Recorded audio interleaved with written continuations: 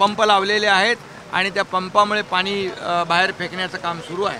स्वतः आयुक्त फील्डवर आहेत, रात्री 3 वाजेपर्यंत ते वॉर रूममध्ये होते, कंट्रोल रूममध्ये होते, आता देखील ते इथं आले होते आणि या संपूर्ण भागाची पाहणी करून या ठिकाणी पूर्णपणे जिथं जिथं आवश्यकता आहे तिथं मोठ्या कॅपॅसिटीचे पंप लावले जातील, जिथं लोकांना सुरक्षित स्थळी हलवायचं तिथं सुरक्षित स्थळी हलवलं जाईल।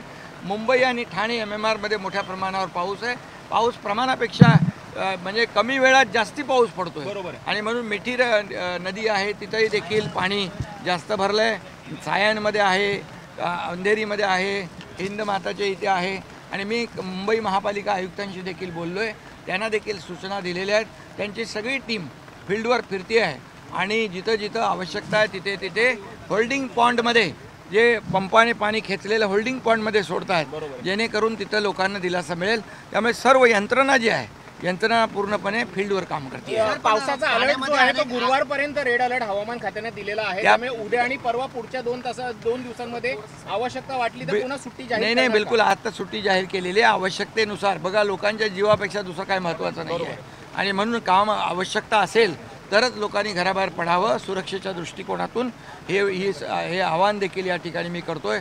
स्वतः मुख्यमंत्री देखील सर्व महापालिका आयुक्त आणि जिल्हाधिकाऱ्यांच्या बरोबर आढावा घेत आहेत आणि सर्व टीम कामाला लागले। मला वाटतं अजितदादा पण स्टेट डिझास्टरमध्ये जाऊन आले आणि म्हणून एकंदरीत सगळी टीम फील्डवर काम करते।